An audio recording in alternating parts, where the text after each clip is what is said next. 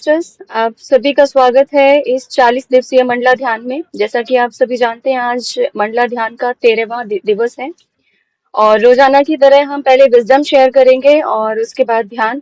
आज का विषय है स्वाध्याय और आज हमारे बीच उपस्थित हैं असम से स्मिता जी।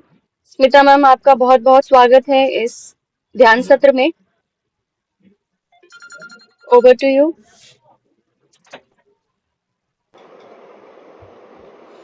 आत्मबंधन सभी को। मुझे ठीक से दिखाई दे रहा है ना? आप लोग ठीक से देख पा रहे हो? हाँ जी मैम, क्लियर। एक्चुअली मैं मोबाइल से जुड़ गई हूँ, अभी लैपटॉप मैंने बंद कर दिया है क्योंकि दोनों से जुड़ने से ना इको होता है आवाज़, इसीलिए। तो आत्मबंधन, मैं स्मिता सैकिया आसाम से। आप लोगों के साथ आज मुझे ध्यान कराने के लिए एक सुविधा मिला है, जो इसके लिए मैं कांचन मैम की आभारी हूँ और कांचन मैम को मैं बहुत दिल से धन्यवाद व्यक्त करती हूँ कि मुझे इतना सुंदर मौका दिया है। आज मंडला ध्यान का जो चल रहा है उसका आज कितने दिवस हो गया मैम? 13 डे है मैम, 13वां दिवस है। ओके, 13वां दिन, ठीक है। तो हम ध्यान शुरू करने से पहले हम पहले कुछ बात करते हैं। कुछ ध्यान से पहले हम जाएंगे थोड़ा हम कुछ बातें करते हैं। जो आज का टॉपिक है ज्ञान के लिए स्वाध्याय, हमने सुना है। ये स्वाध्याय ध्यान के साथ साथ ही ज़रूरी होता है हमारे जीवन के लिए। ये स्वाध्याय एक्चुअली हमारे जीवन में क्या करता है? स्वाध्याय मतलब स्वाध्याय, ये दो शब्द से जुड़ा हुआ होता है। जैसे स्व मीन्स सेल्फ यानी स्वयं, और अध्याय मीन्स स्टडी या अध्ययन। स्व अध्याय मतलब खुद के बारे में जानना या खुद के बारे में या खुद पढ़ाई करना, अध्ययन करके समझना, इसको स्वाध्याय कहते हैं। जो हम पढ़ते हैं, समझते हैं, उसको मनन करते हैं, उसके बाद उसको आत्मसात करते हैं, उनका जो सार हमको मिलता है उसको कहते हैं स्वाध्याय। तो ये स्वाध्याय हम कैसे करेंगे और क्यों करना चाहिए? पहले तो है कैसे करेंगे। हम दिन में कहीं भी किसी भी टाइम हम स्वाध्याय कर सकते हैं। जैसे भी कोई भी अच्छे बुक, आध्यात्मिक हो, कुछ आपको जानने वाली कोई गहन ज्ञान देने वाली कोई बुक हो, अगर आप उससे कुछ आपको ज्ञान मिल रहा है, नया सीखने को मिल रहा है, वो किताबें अगर आप पढ़ेंगे तो उसी से आपका स्वाध्याय, और स्वाध्याय से हमको क्यों करना चाहिए, उसी से हमको ज्ञान मिलेगा। क्योंकि मैं बार बार ज्ञान शब्द बोल रही हूँ, तो क्यों करना चाहिए उसका मीनिंग उसमें छुपा ही हुआ है। हमको ज्ञान मिलेगा और ये ज्ञान हम जीवन में उतार सकते हैं। कि एक ऐसा नहीं है कि हमको एक ही किताब पढ़ना चाहिए, एक ही आध्यात्मिक बुक पढ़ना चाहिए, ऐसा नहीं है। स्वाध्याय हम किसी भी बुक का पढ़ सकते हैं, कहीं किसी राइटर का, अच्छे राइटर का हम पढ़ सकते हैं। और आध्यात्मिक स्वाध्याय के जो सबसे अच्छा किताब हम लोगों के बीच है, जिसको हम ग्रंथ कहते हैं, वो है भगवत गीता, जो श्री कृष्ण ने अर्जुन को बताया था। वो गीता अगर हम हर रोज़ पढ़ेंगे तो उसी से हमको कितना ज्ञान मिलेगा, ये आप सबको पता ही है, इसके लिए मुझे बोलना नहीं है। गीता में भगवान श्री कृष्ण ने अर्जुन को दैनंदिन जीवन में हम लोगों को कैसे निर्णय लेना है, कैसे विचार करना है, कैसे हम लोगों को आगे बढ़ना है, ये सब एक एक बारे में, और घर के सदस्यों के साथ, बाहर के सदस्यों के साथ, देश के साथ, हर एक एक टॉपिक के ऊपर उन्होंने बताया हुआ है। यहाँ तक कि उन्होंने, भगवान श्री कृष्ण ने आत्मा के ऊपर भी इसको, मतलब गीता के ऊपर बताया है गीता में। और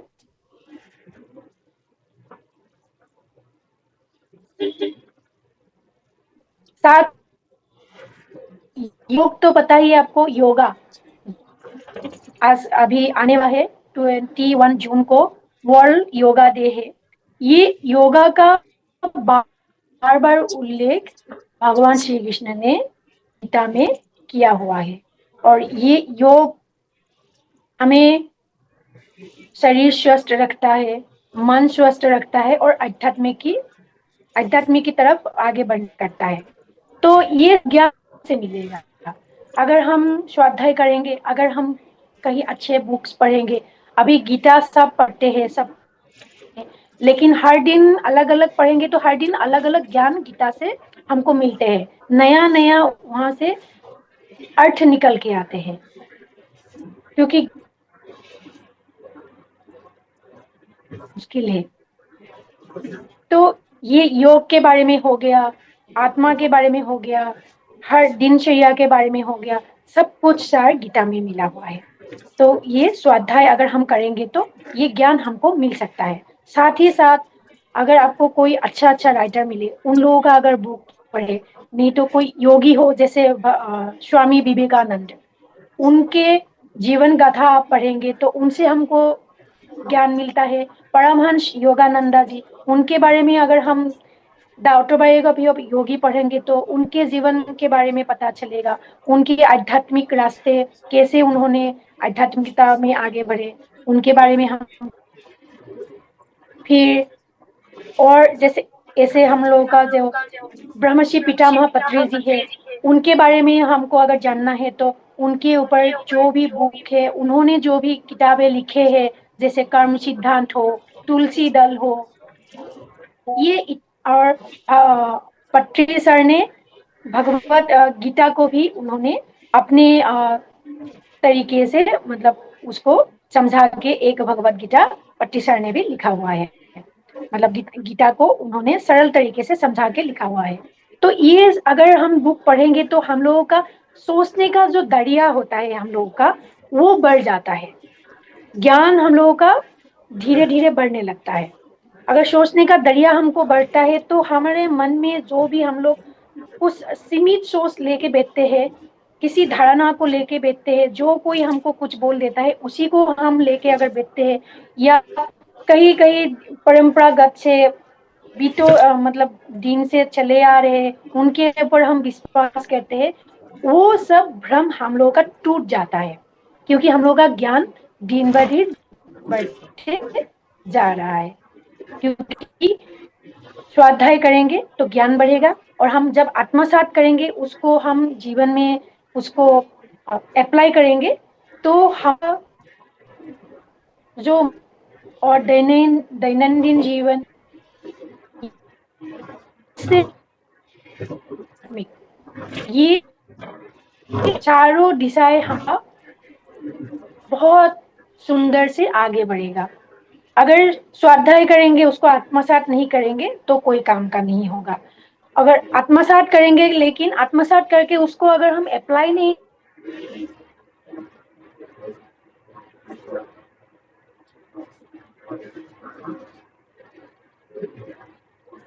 उसको अप्लाई नहीं किया तब भी काम नहीं आएंगे।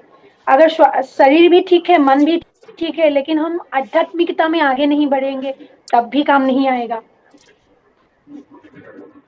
जो होता है इसमें मैं और एक जुड़ना चाहती हूँ, जो हम लोगों का आत्मा का जो उद्देश्य होता है, कोई ना कोई एक उद्देश्य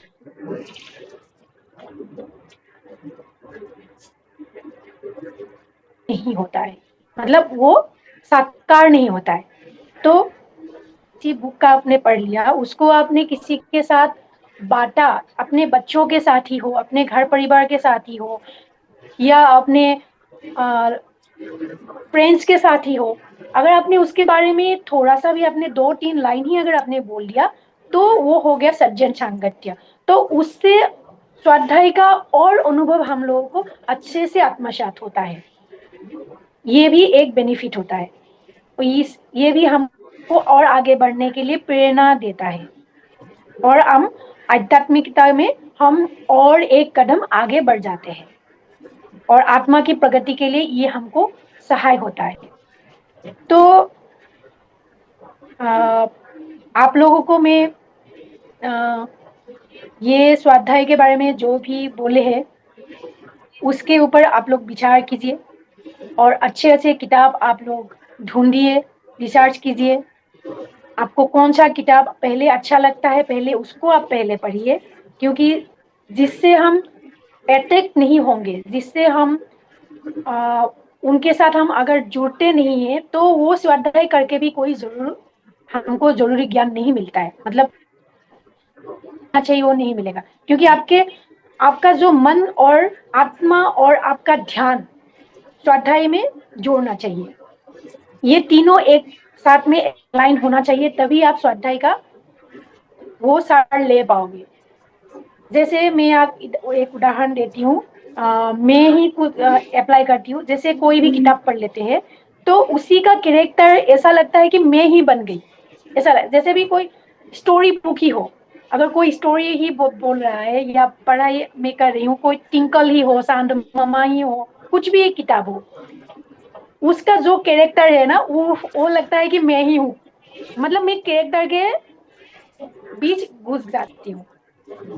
ऐसे ही जो भी हो, गीता पढ़ो या पट्टीसार की कुछ किताबें हो, जो भी किताब पढ़ते हैं या कोई स्टोरी कुछ भी नॉवेल वगैरह ही हो,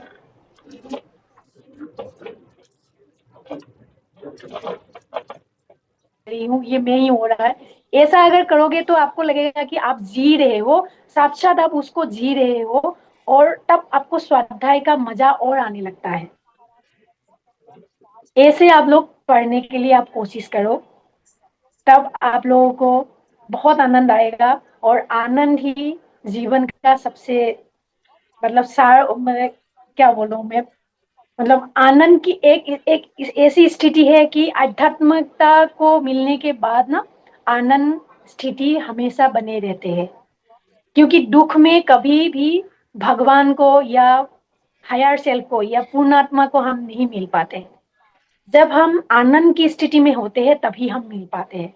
तो स्वाध्याय से हमको कितना सारा मतलब सब कुछ मिल जाता है।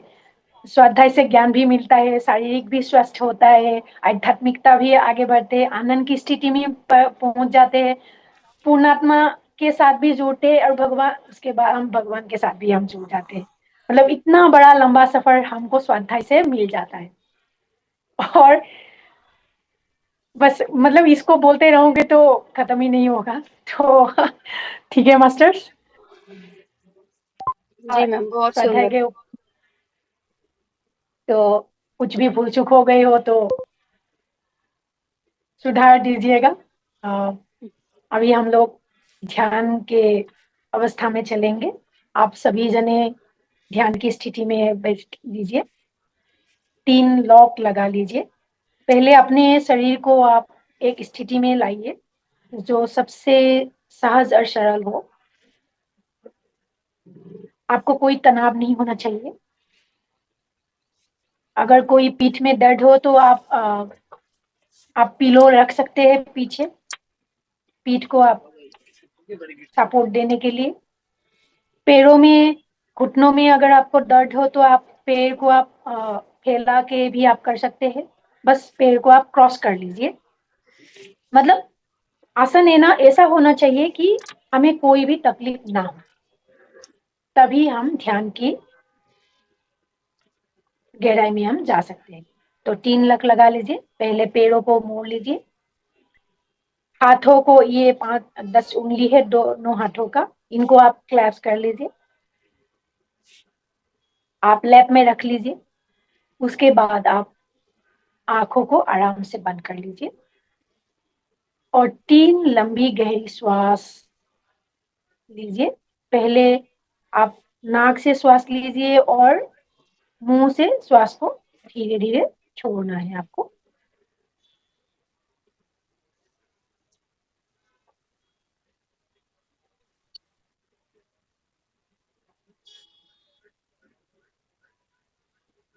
फिर एक बार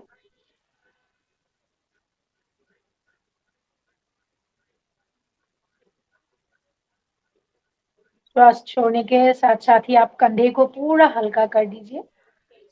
फिर एक बार श्वास लेंगे,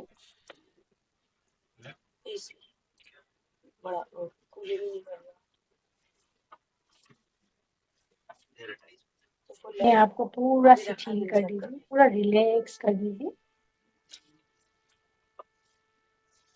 ब्रह्मश्री पितामह पत्री जी को हम प्रणाम करते हुए, महावतार बाबा जी को प्रणाम करते हुए,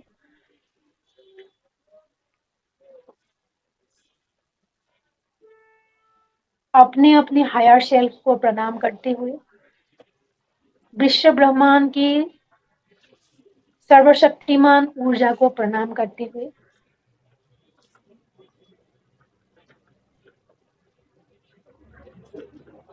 और अपने आप को भी अपने आप प्रणाम करते हुए हम भी ध्यान की स्थिति में जा रहे हैं। मन को स्वाभाविक सरल स्वाभाविक से जो श्वास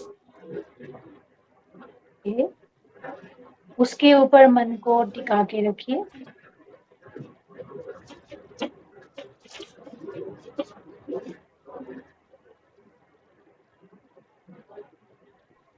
आप अपने शरीर को देखते रहिए।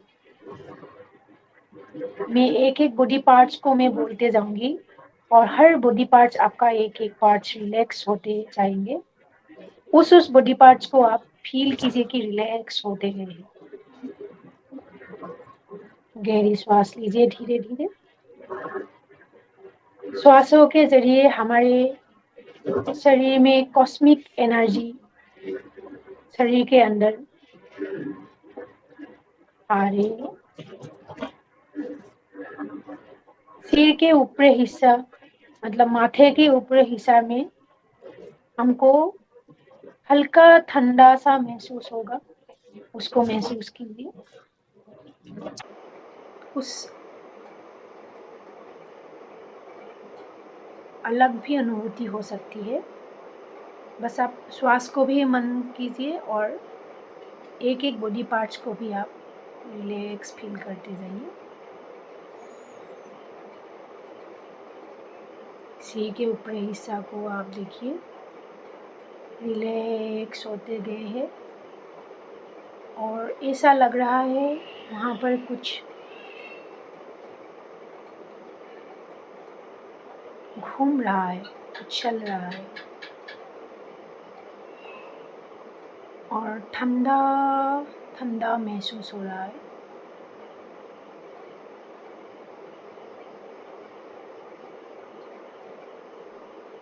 माथे के पीछे की हिस्सा को आप देखिए, वो भी पूरा रिलैक्स होते गए हैं। राइट साइड और लेफ्ट साइड को भी आप देखिए, राइट ब्रेन और लेफ्ट ब्रेन को, वो भी धीरे धीरे रिलैक्स होते जा रहे हैं।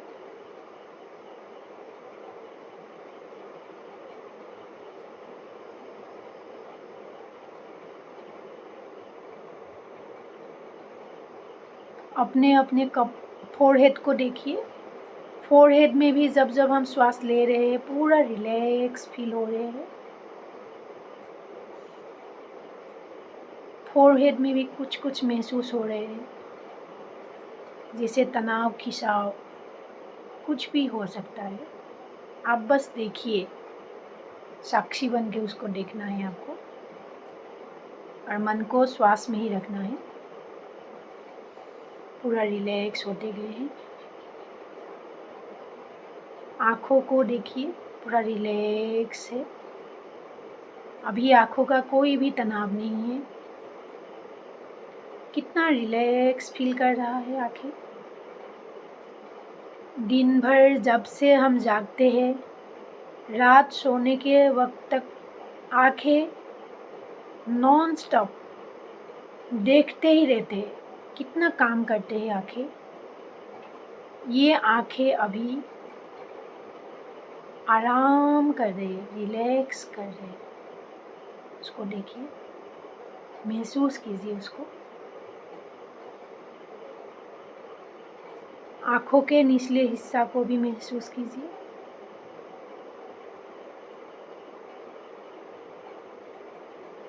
पूरा मसल को देखिए, आईब्रोज को भी देखिए, वो भी रिलैक्स कर रहे हैं।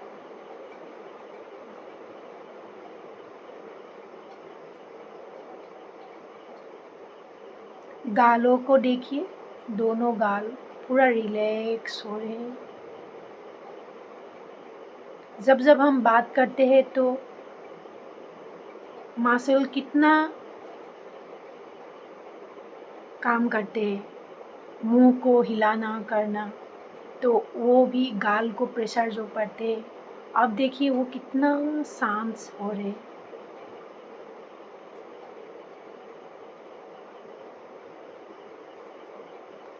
अपने होठों को देखिए,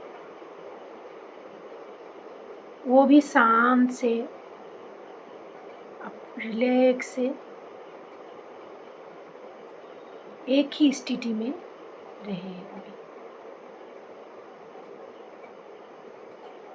दोनों कानों को महसूस कीजिए,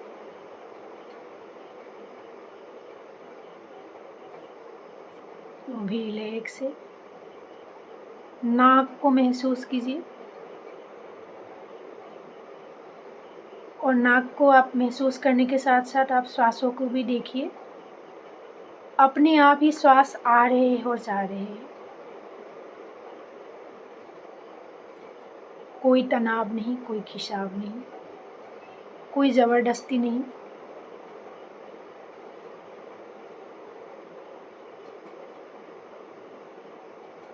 चिन को देखिए, मुंह के भीतर दांत और जीभ को भी देखिए, पूरा शांत से रहे हैं अभी। देखिए,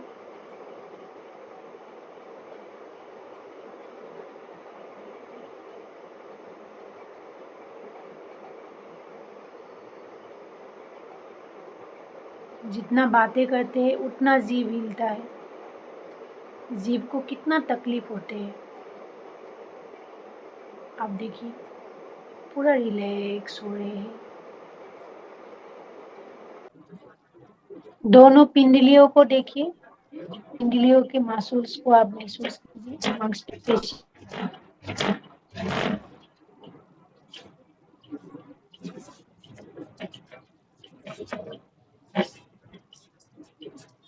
कहीं पर तनाव खिंचाव तो नहीं, इतना रिलैक्स फील कर रहे हैं।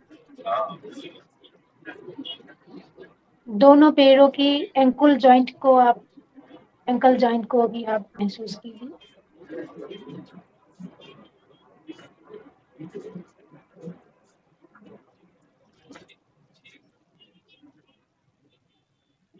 तो फिर इसको लेके जाओ, ये सारे साथ ही होगा। दोनों पैरों को भी आप महसूस कीजिए, पैरों की तलुए को भी महसूस कीजिए,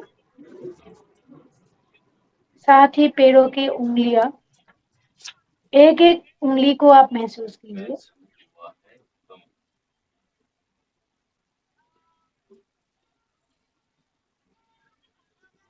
मन की आंखों से देखिए, महसूस कीजिए, और पैर की उंगलियों के जो नाखून है उनको भी आप महसूस कर सकते हैं।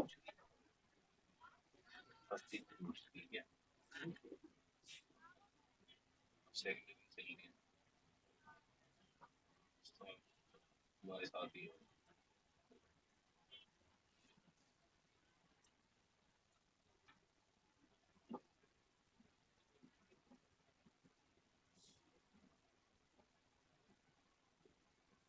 फिर से एक बार पैरों की तलुए से लेके माथे की ऊपरी हिस्सा तक आप महसूस कीजिए, संपूर्ण शरीर को आप महसूस कीजिए। सांसों के साथ साथ जो भी अनुभूति, जो भी फीलिंग्स आ रहे हैं, आप उसको भी आप देख सकते हैं। मन को सांसों में ही रखना है। मन में जो भी विचार आए उससे मन को फिर से नाक के श्वासों की तरफ लेके आना है। विचार तो आएंगे और जाएंगे, आते रहेंगे, जाते रहेंगे। हमें बस मन को बार बार विचारों से हटाकर वो तो फिर श्वासों बात में लगाना है जा रही और है कुछ नहीं करना है। थोड़ा टाइम लगेगा उनको भी आने तो तुमको फोन आया अगर बीच में आपको कोई गहरी श्वास लेने की मन करे, आप महसूस करें, तो आप गहरी श्वास भी आप ले सकते हैं, लंबी गहरी श्वास।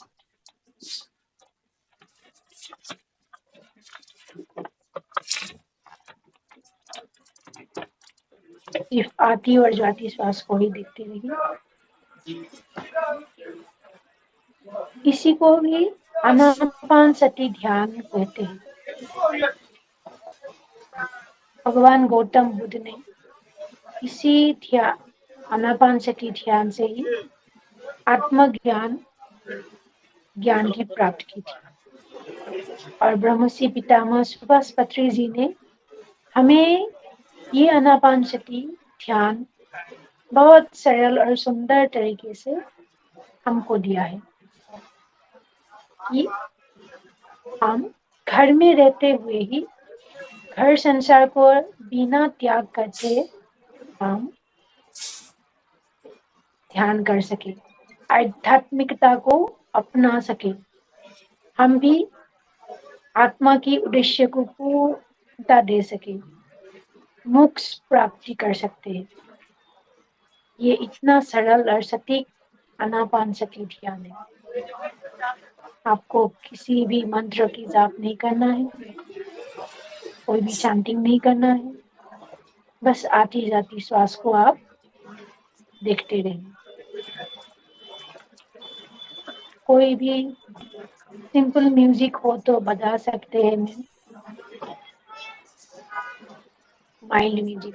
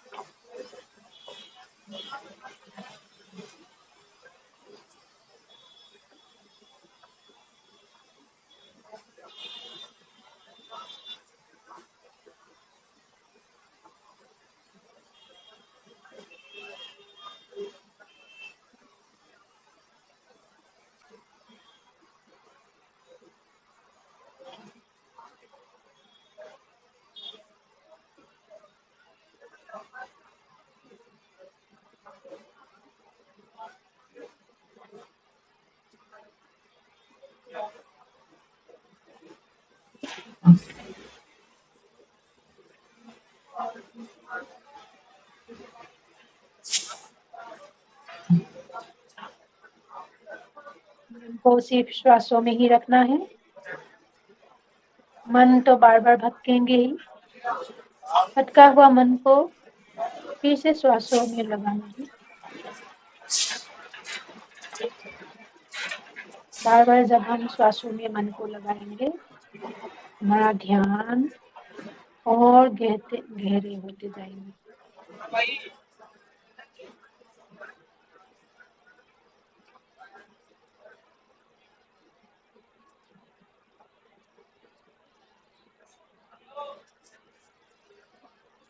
आप देख सकते हैं कैसे सांस नाक के जरिए शरीर के अंदर पहुंच रहा है। गर्दन, छाती, छाती से लेके पेट तक कहाँ कहाँ श्वास ने स्पर्श किया है, आप उसको आप महसूस कर सकते हैं।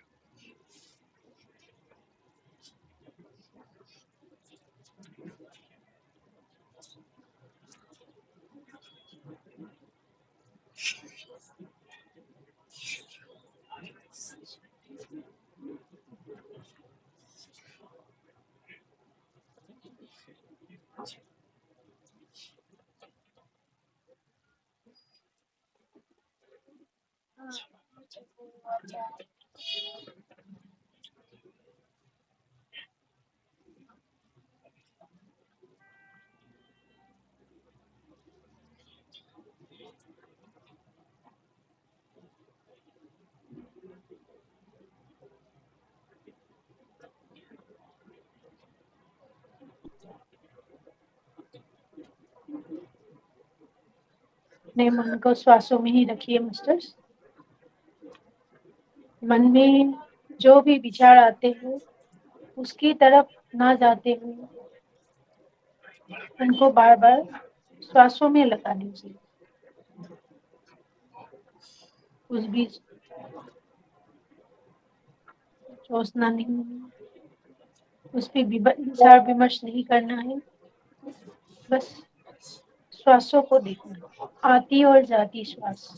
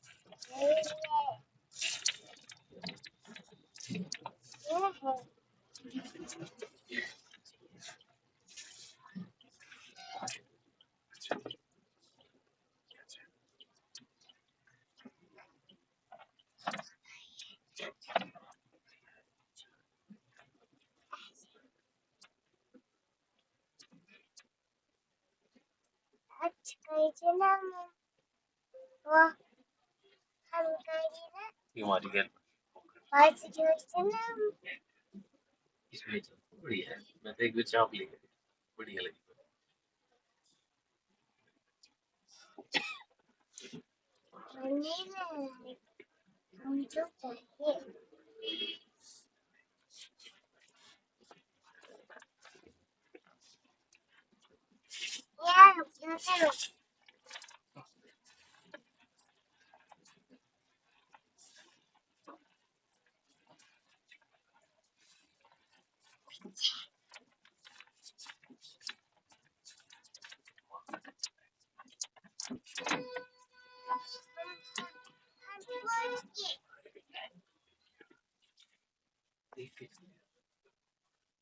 देखिए क्यों सर खाना खाना है प्लीज उसी भी जाने पापा हैं उसी भी जाना है ड्यूटी ड्यूटी के लिए अच्छा उसी भी जाना है हाँ अच्छा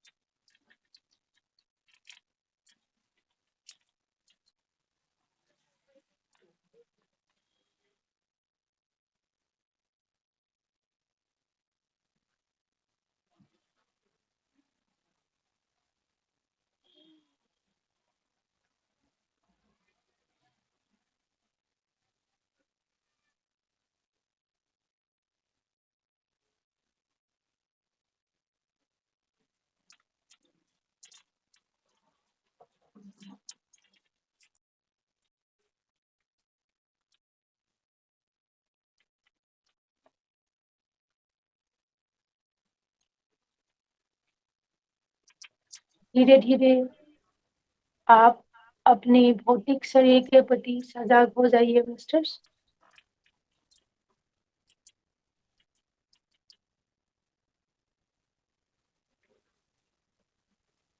महसूस कीजिए और एक अंग को सिर से लेके पैरों के तलवे तक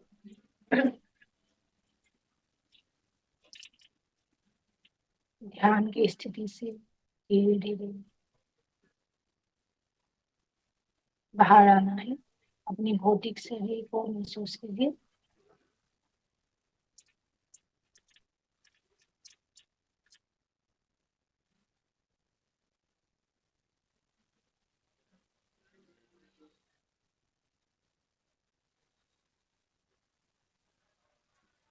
दोनों हाथों को रख दीजिए और आंखों के ऊपर दोनों हाथों को रख लीजिए। जो अंधेरा है उसको हम 5 सेकंड के लिए देखेंगे। उसके बाद धीरे धीरे हम आंखें हाथों के अंदर ही खोलेंगे। मैं 5 तक गिनूंगी, उसके बाद आप हाथ को हटा सकते हैं। 5, 4, 3, 2, 1, 0। अपनी आंखों को हाथों के अंदर ही खोलिए और एक हल्का सा मुस्कान अपने चेहरे के ऊपर लेके आइए और आप आंखें खोल सकते हैं। बहुत बहुत धन्यवाद मास्टर्स, बहुत बहुत धन्यवाद। Thank you thank you thank you. आप सबको बहुत बहुत धन्यवाद। बहुत बहुत आभार स्मिता मैम, इस ऊर्जावान बहुत और प्यारे से ध्यान सत्र के लिए। बहुत सुंदर ध्यान, आपका बहुत बहुत आभार। बहुत बहुत धन्यवाद। कांचन मैम, आपको भी बहुत बहुत धन्यवाद मुझे ये सुंदर मौका देने के लिए।